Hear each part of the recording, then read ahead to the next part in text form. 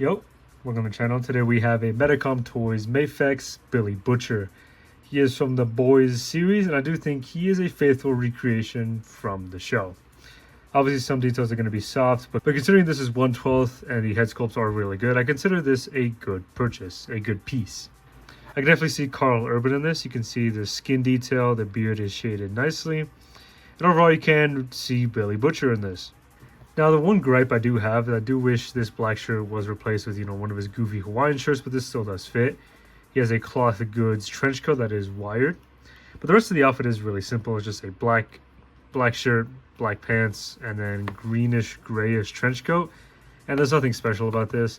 I mean, he has a necklace, but that's pretty much it. So yeah, the one thing I did notice people saying is that his skin tone is a little light. He does look a bit pale, but I don't think it's too bad. It's not that noticeable, but he definitely does look a bit too white.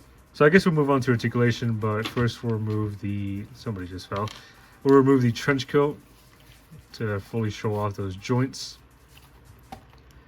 So here he is without the trench coat. Put the hands back on.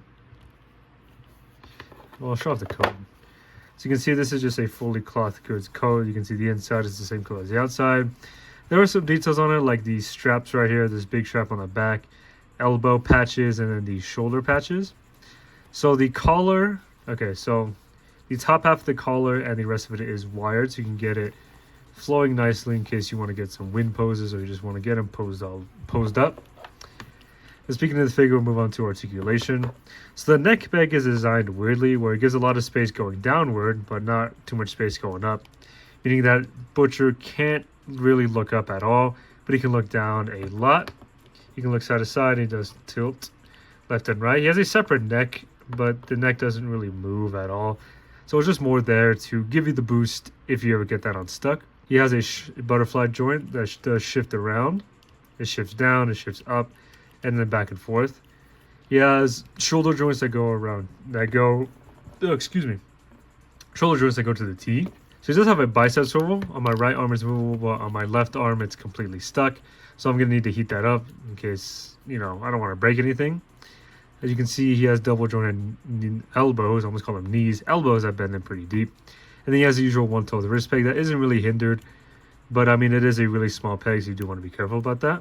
Now, his torso does look like it'd be limited because of the sculpt, but I actually do think you can get some good movement out of it.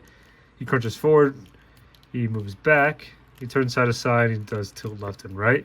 He actually has a hidden waist swivel, but it doesn't really move too much.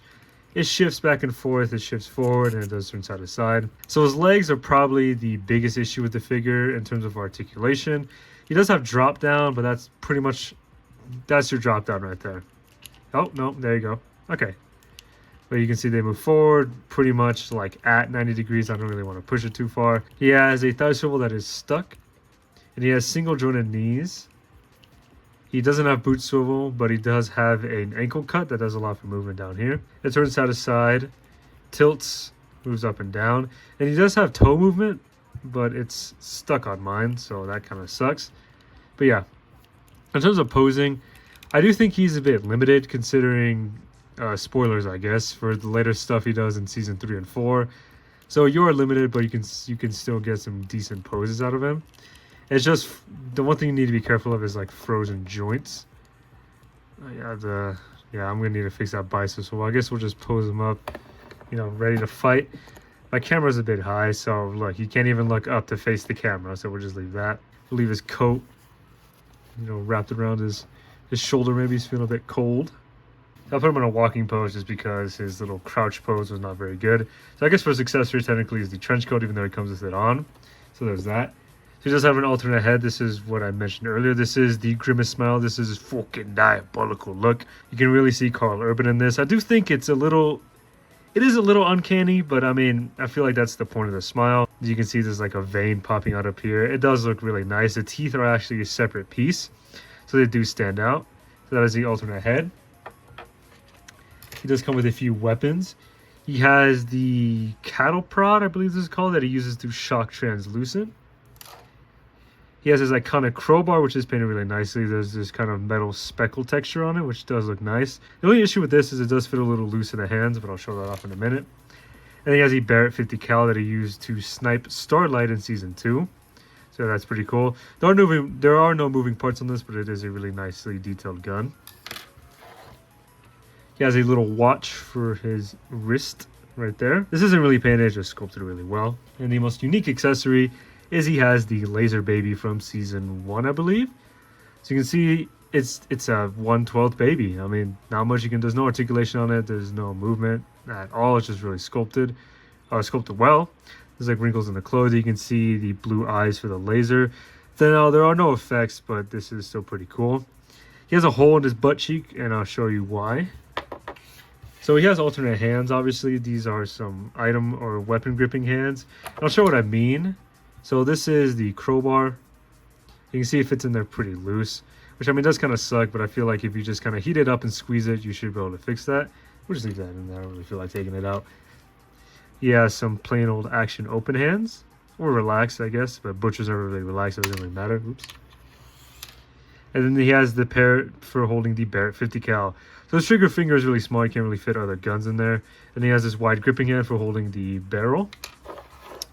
And these are the special set that are meant to hold the laser baby. You can see this hand with the peg is meant to fit on the bottom. So it is a secure connection. It's also so you don't have to worry about balancing it. Now, yeah, okay. I almost doubted it, but yeah, it does hold the weight of the baby. And then this hand is just, you know, holding the back of the head and aiming the lasers appropriately. So there's that. So that's all his accessories. You can move on to size comparisons. Just let me straighten them up. So there he is with some of the alternate pieces on. He has the Barrett, the cattle prod, and then he has the coat. You can see I moved the wires around a bit. Compared to the figure I have from the boys line, this is the Mafex Homelander. He'll get his own review. As of right now, it's like late night on a Tuesday, so I don't really feel like doing it right now, but he will get a review. You can see these two look great together. I do think this Homelander is a bit older, and it shows in some of his sculpting and details, but I still think he looks great. Just for a general size comparison, here he is compared next to the Marvel Legends Iron Man Mark 70. So you can see Butcher is a bit of a slimmer guy, but I think it's because this figure is meant to replicate a real person. Unlike Mafex, where they usually, you know, make comic figures like there's Superman and Batman from the Hush line, this is meant to replicate a real living human that has, you know, accurate proportions and not some crazy built, you know, jacked up dude on steroids. So yeah, Homelander, I guess by extension also suffers from this, but I wouldn't say it's a bad thing.